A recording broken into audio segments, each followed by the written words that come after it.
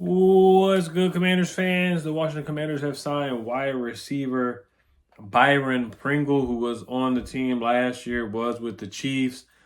He was a Eric Bieniemy connection, basically an Eric Bieniemy signing.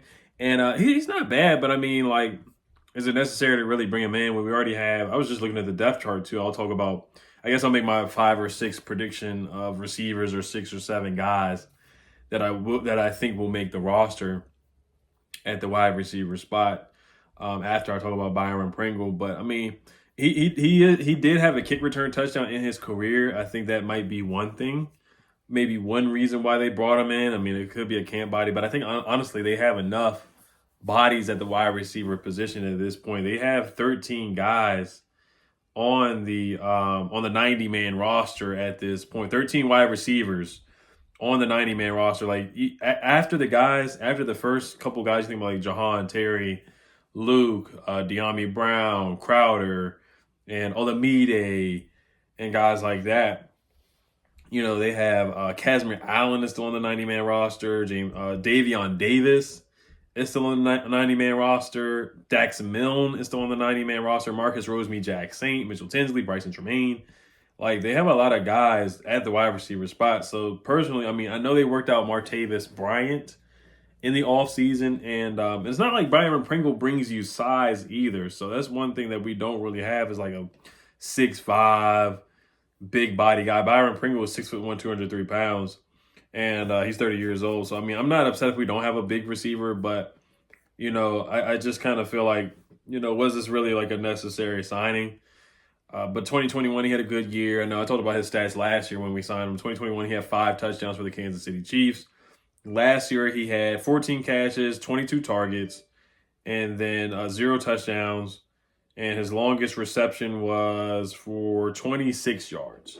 26 yards was his longest. I remember there were times where Eric Bieniemy did try his best to get Byron Pringle in the game and get him involved because that was his guy. And Byron Pringle, like I said, I think he's a good 5th option, 6th option kind of receiver. So, but is it necessary? Like, is he going to be better than Mitchell Tinsley, who's playing well in camp, or Brycen Tremayne? Would you rather give those guys a chance rather than bringing in Byron Pringle instead? You know, so that's the question mark right there. And then there's got to be a corresponding move.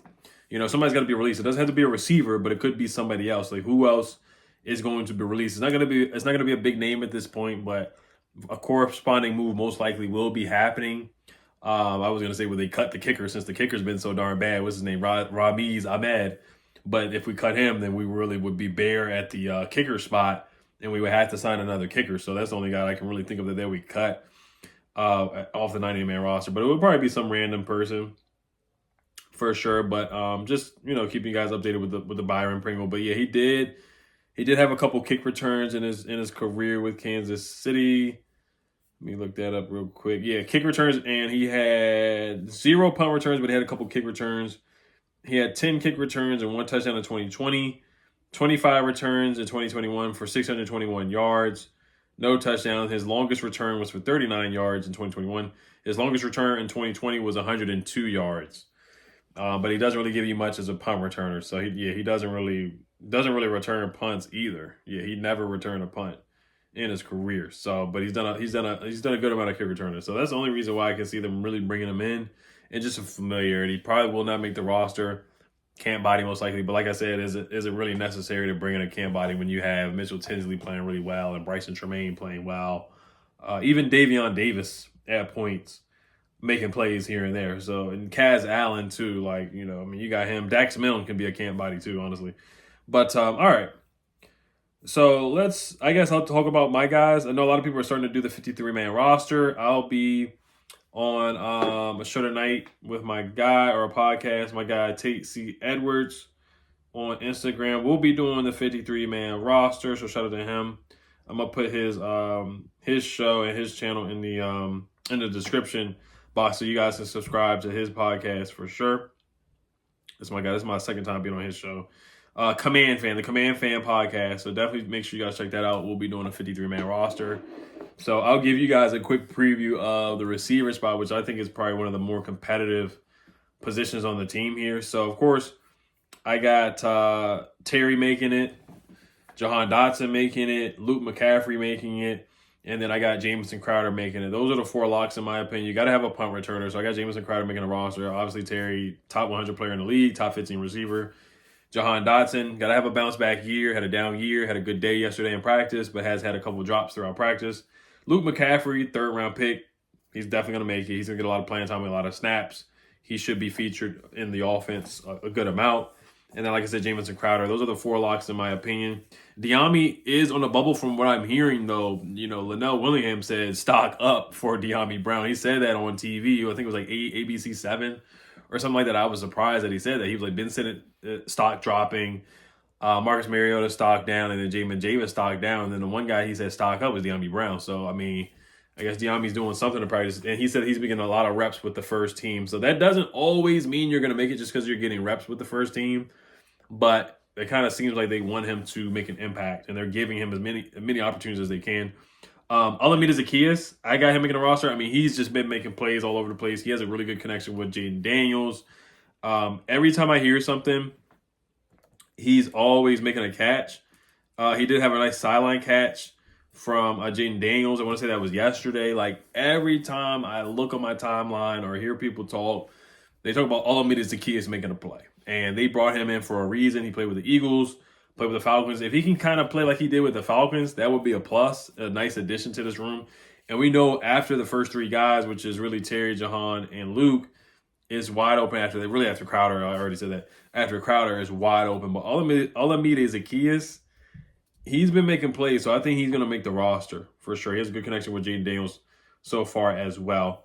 And then after that, the last guy I got is Dyami Brown. I got Dyami Brown making it. I would only keep 6. You look at the Niners last year, they kept 6 guys.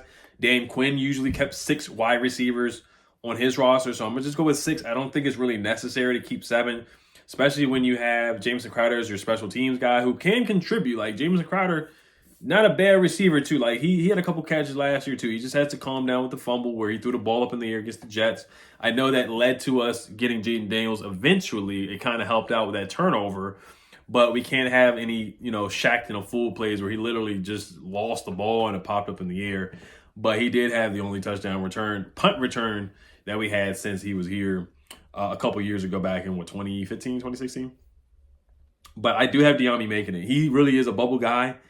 But I do have him making a roster right now. But when the preseason games come on, like if Dyami's not doing anything, let's say if he makes a drop or he's running with the 2nd and 3rd string guys, then you will see that may be telling that he may not make the roster. But he's got to make plays. Like, remember 2 years ago when he played with Sam Howell in the Ravens game, and he had like 2 drops in that game, 2 big drops. Like, Sam was laying it out there for him, like throwing really nice passes down the field in that preseason game against the Ravens. And Dyami was just dropping them. That was 2 years ago. So if he does something like that, then I could see him be released and Mitchell Tinsley or Brycen Tremayne can make the roster. If the 7th guy, if I had to pick between Mitch and Brycen, I would only give the nod to Mitch because Mitch made the team last year. Now, Brycen Tremayne, he kind of sounds like he's been the star of camp. Like, he's been the biggest star. Like, he made a diving catch where he laid out yesterday and fell on his stomach and made a catch, got up and ran after it, had yak and all that. Like, he's been making some crazy catches. He's been the first one on the field as well, like 5 out of 6 practices between him, Sam Hartman, and Jaden Daniels. So Brycen Tremayne, he's really making a lot of noise. But I would keep those 2 guys on the practice squad. If they don't make the roster, if they don't get poached, I know last year I was kind of concerned that Mitchell Tinsley would be taken away, but every year we say the same thing. When a guy gets released, are they going to be taken away or claimed by another team? And it never really happens. So I would put those 2 guys on the practice squad. I think they will make it to the practice squad. I would cut Kazmir Allen because he has hands like a snake. He can't really he struggled last year with returning punts and catching the punts. So I would cut him. I would cut Dax Milne because he doesn't provide you much in the punt return game. And then Demir Bird, I think he's talented, but he wouldn't make the roster. And then Byron Pringle would not make the roster either. Davion Davis, maybe he can play in the XFL, and then we bring him back. Shout out to Kelvin Harmon. He did get a deal with an NFL team the other day.